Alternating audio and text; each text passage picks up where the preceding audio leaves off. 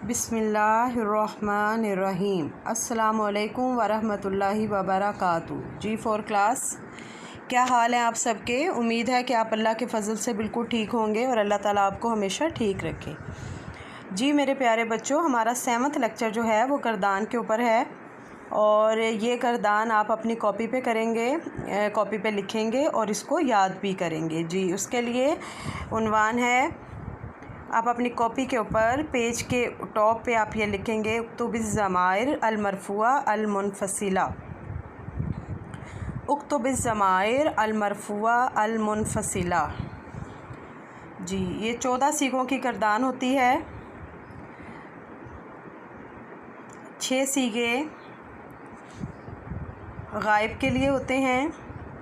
गायब उसे कहते हैं जो हमारे सामने मौजूद नहीं होता, और इसके लिए 6 सीगे इस्तेमाल होते हैं। 3 सीगे मुज़क्कर के लिए हैं और 3 सीगे मुअन्नस के लिए हैं। हम अपनी कॉपी के राइट साइड पे अलजिन्स लिखेंगे और मार्जिन भी ड्रॉ करेंगे। 3 मार्जिन आपको जैसा कि नज़र आ रहा है। इसी तरह आप चार्ट बनाएंगे अपनी कॉपी के ऊपर और अलजिन्स वाली लाइन में ही आप ऊपर लिखेंगे अलमुफ़रद। मुफ़रद एक को कहते हैं, वाहिद को कहते हैं या एक को कहते हैं। उसके बाद जो अगला कॉलम बनेगा वो अलमुसन्ना का बनेगा। अलमुसन्ना 2 को कहते हैं और तीसरा कॉलम जो है वो जमा के लिए बनेगा। जमा 2 से ज़्यादा चीज़ों के लिए इस्तेमाल किया जाता है। और ज़माइर मरफ़ुआ अलमुनफ़सिला वो ज़माइर हैं जो इस्म ज़ाहिर की जगह इस्तेमाल की जाती हैं।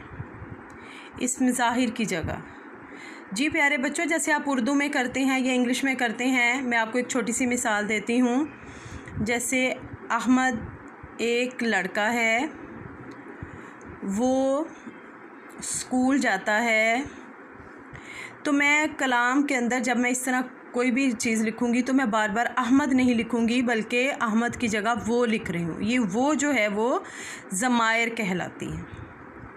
बार बार अगर मैं अहमद लिखती जाऊंगी, अहमद एक लड़का है, वो स्कूल जाता है, वो रोज़ाना अपने काम जो है वो वक्त पर करता है, अगर मैं बार बार अहमद लिखूंगी तो इससे कलाम की खूबसूरती ख़त्म हो जाती है। इसी तरह अरबी ज़ुबान में इस्म ज़ाहिर की जगह जो ज़माइर इस्तेमाल की जाती हैं वो ज़माइर मरफ़ुआ कहलाती हैं अलमुनफ़सिला। ज़माइर मरफ़ुआ अलमुनफ़सिला। जी मुज़क्कर गायब के लिए 3 सीगे हैं। इसी तरह मैंने आपको जैसा कि बताया, आप लाइंस ड्रॉ करेंगे और आप इनका तर्जुमा भी लिखेंगे समझने के लिए। मुज़क्कर गायब के लिए 3 सीगे हैं। हुआ वो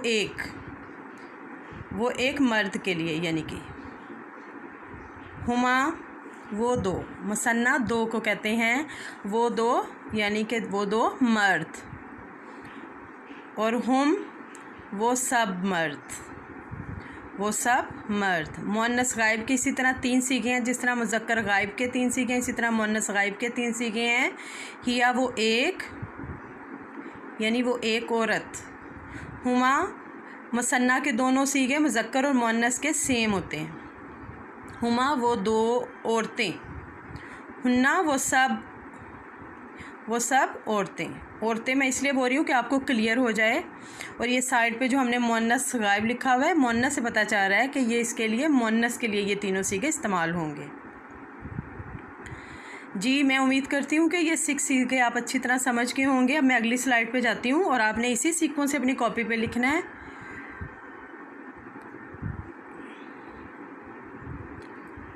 अब मेरे सामने 6 सीगे हैं और ये 6 सीगे जो हैं ये हाजिर के लिए हैं। हाजिर उसे कहते हैं जो हमारे सामने मौजूद होता है। अगर एक मर्द हमारे सामने मौजूद है तो मैं उसे अंता कहूँगी। और मुसन्ना के लिए अंतुमा का लफ्ज़ इस्तेमाल किया जाता है और जमा के लिए अंतुम। अंता तू एक, यानी तू एक मर्द। अंतुमा तुम 2 मर्द। अंतुम तुम सब मर्द। और मुअन्नस के लिए इसी तरह 3 सीगे हैं। और याद रहे कि मुसन्ना के लिए सीगे सेम हैं, गायब में भी और हाजिर में भी। अंती देखें, देखने में दोनों सीगे एक जैसे हैं, अंता और अंती। चूँकि हम एराब नहीं लगा रहे, लेकिन हम इसको अंती ही पढ़ेंगे, अंता नहीं पढ़ेंगे। अगर हम अंता पढ़ेंगे तो ये गलत होगा। अंती तू एक, यानी तू एक औरत। अंतुमा तुम दो, यानी तुम दो औरतें। अंतुन्ना तुम सब औरतें। ये 6 सीगे हाजिर के लिए हैं। अब मैं मुतकल्लिम की तरफ जाऊंगी। मुतकल्लिम यानी कलाम करने वाला। मुतकल्लिम यानी कलाम करने वाला। आना मैं। मुज़क्कर और मुअन्नस दोनों के लिए ये सीगा सेम होता है। खा कोई लड़का है या लड़की है, दोनों अपने लिए आना का लफ्ज़ इस्तेमाल करेंगे। आना मैं। अलमसन्ना नहनु, हम दो, यानी हम दो मुज़क्कर या हम दो मुअन्नस। और नहनु जमा के लिए भी नहनु ही सीगा है। ये दोनों सीगे सेम हैं।